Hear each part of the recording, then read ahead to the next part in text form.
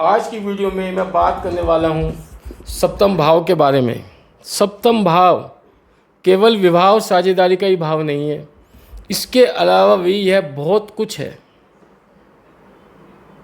Friends, सप्तम भाव से हम विवाह और साझेदारी का विचार करते हैं, सभी जानते हैं। परंतु क्या आप जानते हैं कि सप्तम भाव इसके अलावा भी हमारी ज़िंदगी में बहुत प्रभाव डालता है। ये हमारे चतुर्थ भाव का चतुर्थ भाव है, सुख भाव का भी सुख भाव, और दशम भाव का भी दशम भाव है, कर्म का भी कर्म। इस कॉन्सेप्ट को समझेंगे हम कि ये हमारे ज्योतिष में ये कॉन्सेप्ट है। बृहत्पराशर की किताब में इन्होंने ये इस चर्चा की है, इस सिद्धांत की। आज हम उस सिद्धांत को समझेंगे और बात करेंगे किस प्रकार से ये जो सप्तम भाव है हमारे जीवन को प्रभावित करता है। फ्रेंड्स, चतुर्थ भाव को हम माता, भूमि, भवन, वाहन के सुख से देखते हैं, घरेलू सुख शांति से देखते हैं कि किस प्रकार का हमारे घर में माहौल है, वो देखा जाता है।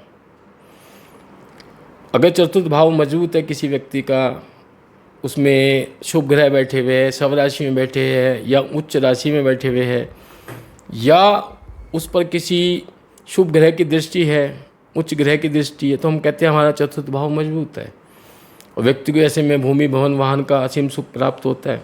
पर वो भवन वाहन है वो कितने हैं, कितने भवन होंगे, कितने वाहन होंगे, या गाड़ी होगी तो कितनी लग्जरी होगी, तो ये हमें पता चलेगा सप्तम भाव से। यदि सप्तम भाव भी हमारा सपोर्ट कर रहा है, मजबूत है, तो व्यक्ति का जो चतुर्थ भाव का सुख है वो लंबे समय तक बना रहता है।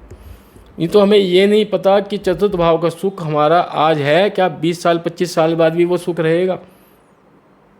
इसकी गारंटी कौन देगा हमें? सप्तम भाव, सुख भाव का सुख भाव, सुख का सुख। जब एक पति अपनी पत्नी का चुनाव करता है तो उसके मन में रहता है कि मेरी पत्नी ऐसी हो जैसे वो अपनी माँ की छवि उसमें देखता है। सबसे पहले कि माँ को वो आदर्श मान के चलता है कि माँ मुझे ऐसे भोजन खिलाती है, मेरी ऐसी केयर करती है, तो उस तरह से देखता है। वो चतुर्थ भाव का जो कारक है वो चंद्रमा है, चंद्रमा माता का कारक है। तो यहाँ से ये संबंध जुड़ता है कि यदि हमारा सप्तम भाव मजबूत है और चतुर्थ भाव भी मजबूत है तो हमें विवाह का पूर्ण सुख मिल रहा है। एक भी भाव हमारा कमज़ोर होगा तो हमें पूर्ण सुख नहीं मिलता। अब पति को यदि उसकी पत्नी में अपनी माँ जैसी गुण नहीं दिखते या वो स्वभाव नहीं दिखता तो रिश्ता उतना बढ़िया नहीं चलता। इसी प्रकार एक पत्नी अपने पति में अपने पिता के गुणों को देखना चाहती है। दशम भाव पिता का भी भाव है, तो वो अगर गुण उसे नहीं मिलते जो वो बचपन से देखती आ रही है तो रिश्ते में वो जमाव नहीं आता, वो सुख प्राप्त नहीं होता जो होना चाहिए। अब दशम भाव में देखते, दशम भाव से हम कर्म का भाव है, कैरियर का भाव है, रोजगार का भाव है, सामाजिक मान प्रतिष्ठा का भाव है, पिता का भाव है। अब हम ये देखें कि भाई हमारा दशम भाव मजबूत है, दशम भाव में अच्छा ग्रह बैठा हुआ है, शुभ ग्रह बैठा हुआ है, सब राशि में बैठा है, उच्च राशि में बैठा हुआ है, तो हमारा दशम भाव तो बहुत मजबूत है, कैरियर का हाउस है। क्या वो कैरियर हमारा उतना बढ़िया है? जैसे हम नौकरी कर रहे हैं तो नौकरी में क्या वो एक्सपेक्टेशन हमारी पूरी हुई जो होनी चाहिए थी, या जितनी हमने मेहनत करी थी उतना हमें परिणाम मिला? वो हम देखेंगे सप्तम भाव की मजबूती से। यदि सप्तम भाव उसको सपोर्ट कर रहा है, दशम भाव को मजबूत अवस्था में, सप्तम भाव का स्वामी सप्तमेश अच्छे केंद्र या त्रिकोण में बैठा हुआ है, या सब राशि में बैठा हुआ है, या उच्च का होकर बैठा हुआ है, तो सप्तम भाव मजबूत है। तो हमें पता चलता है कि भी किस प्रकार से हमारे जीवन में जो व्यवसाय हम कर रहे हैं वो आगे भी इसी तरह चलता रहेगा, या आगे कोई समस्या भी आ सकती है। 20 साल चला, 30 साल बाद कुछ कंडीशन चेंज हो सकती है। परंतु यदि सप्तम भाव इसे पूरा सपोर्ट कर रहा है तो ये मान के चलो कि उसका जो बिजनेस है वो सही चलेगा, और जो सामाजिक प्रतिष्ठा है वो उसे पूर्ण रूप से प्राप्त होगी। क्योंकि जो सातवां भाव है, लग्न से जैसे हम अपने आप को देखते हैं कि हम स्वयं को देखते हैं लग्न में कि हम स्वयं कैसे है क्या है, परंतु समाज हमें किस प्रकार से देखता है वो 7th हाउस से ही देखा जाता है। तो जो मान प्रतिष्ठा है वो कब होगी, जब समाज हमें क्या समझता है, किस रूप में हमें देख रहा है, वहीं से हमें मान प्रतिष्ठा मिलती है। तो दशम भाव की जो मान प्रतिष्ठा है वो भी सप्तम भाव पे डिपेंड करती है। अब हमें ये देखना है कि सप्तम भाव विवाह का भाव है, तो इसमें यदि कोई क्रूर ग्रह बैठ जाए, अब क्रूर ग्रह जब बैठेगा, राहु है, केतु है, मंगल है, तो उसकी हम स्थिति का चर्चा करेंगे यहाँ पे। यदि क्रूर ग्रह से राहु बैठ गया तो राहु आपके व्यापार को, क्योंकि साझेदारी का भी व्यापार का भाव भी है, व्यापार को वो काफ़ी ऊंचाई पे ले जाएगा, सक्सेस देगा वो कैरियर में, परंतु रिश्तों को वो कमज़ोर कर देगा जब तक कि उस पर गुरु की शुभ दृष्टि ना पड़ जाए या शुक्र की दृष्टि ना पड़ जाए। तो वो आपके जो मैरिड लाइफ है उसमें वो जो हैप्पीनेस है उसमें वो कमी करेगा। राहु गलतफहमी पैदा करेगा। और राहु यदि आपके सप्तम भाव में बैठा हुआ है तो आपका जो स्पाउस है वो, उसका जो रवैया है वो स्वार्थपूर्ण हो सकता है, वो मैटेरियलिस्टिक हो सकता है, वो अपने बारे में पहले सोचेगा। रिश्तों में जो एक बॉन्डिंग होती है उसमें कहीं ना कहीं कमी रहती है, क्योंकि राहु एक प्रैक्टिकल प्लैनेट है, उसमें इमोशंस की कमी रहेगी। ऐसी यदि मंगल बैठ जाता है तो मंगल जो है, मंगल अगर ये आपके कुंडली में बैठा है तो आपका जो स्पाउस है वो बहुत पॉजेसिव होगा कि भाई ये पति मेरा है या ये पत्नी मेरी है। जब पॉजेसिवनेस आ जाती है तो फिर वो रिश्तों में वो प्रेम भाव की कमी आ जाती है।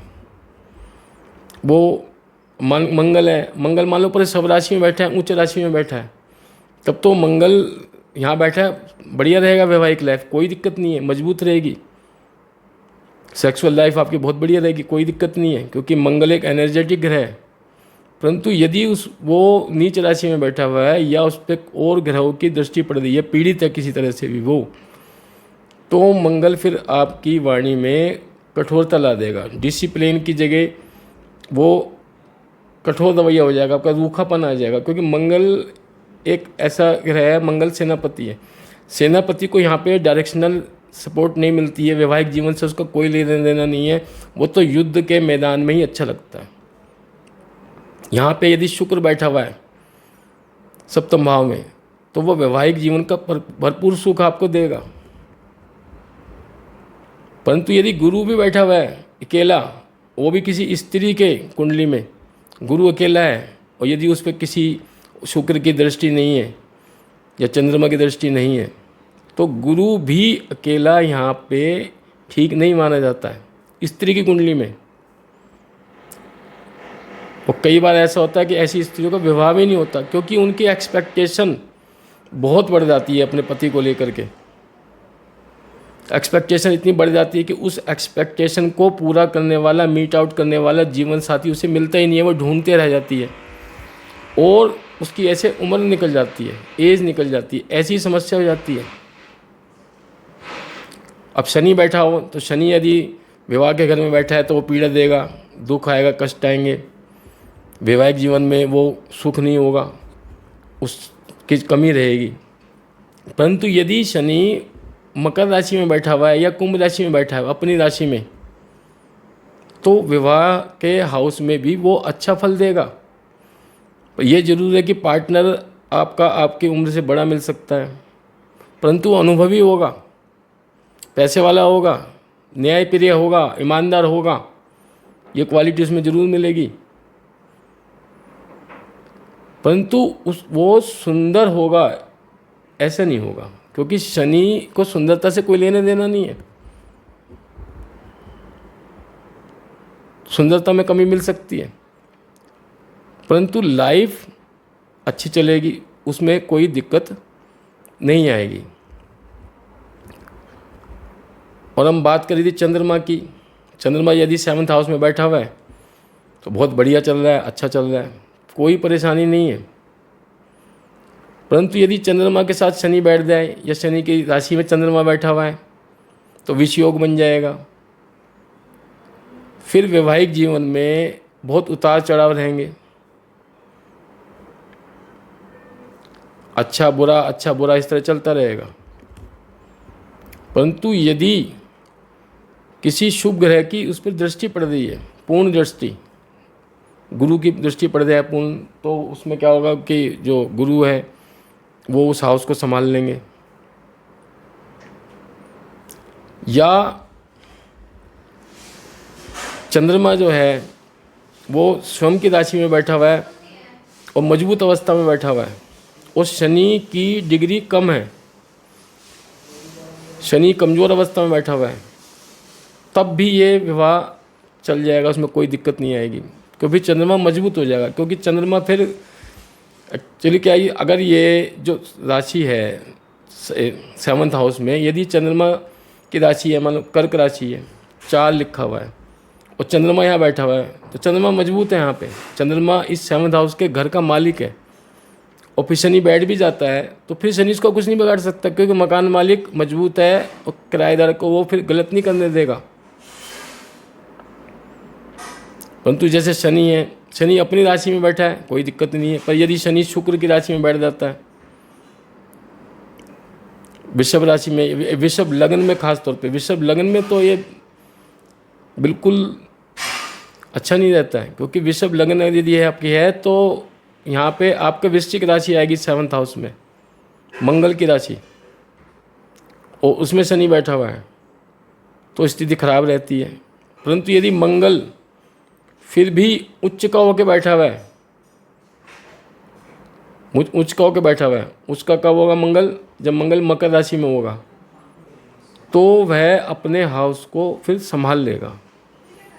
ऐसे हम ग्रहों की डिग्री भी देखते हैं कि कौन सा ग्रह जो है मजबूत अवस्था में है। अगर कोई क्रूर ग्रह है वो कमज़ोर अवस्था में है तो वो शुभ ग्रह के आगे उसकी चलती नहीं है। फिर जो शुभ ग्रह है वो अपना ही प्रभाव दिखाते हैं और वो घर संभल जाता है। और यदि जैसे राहु बैठा हुआ है 7th में, तो मैंने जैसे बताया आपको, बिजनेस बहुत बढ़िया चलेगा उसका, खासतौर पे आयात निर्यात का बिजनेस, विदेशी कंपनियों से उसका बिजनेस चल रहा है या ऑनलाइन बिजनेस चल रहा है, बहुत सफलता मिलेगी उसे। क्योंकि जो 7th हाउस है वह हमारे विदेश के व्यापार की बात करता है। तो फ्रेंड्स, आज की वीडियो में आपने ये जाना कि जो 7th भाव है वह केवल विवाह और साझेदारी का भाव नहीं है, इसके अलावा भी वो हमें बहुत से सुख प्रदान करता है। और आज ये वीडियो मैं यहीं समाप्त करता हूँ और आपसे रिक्वेस्ट करता हूँ मेरी वीडियो को लाइक करें, शेयर करें, मेरे चैनल को सब्सक्राइब करें। नमस्कार।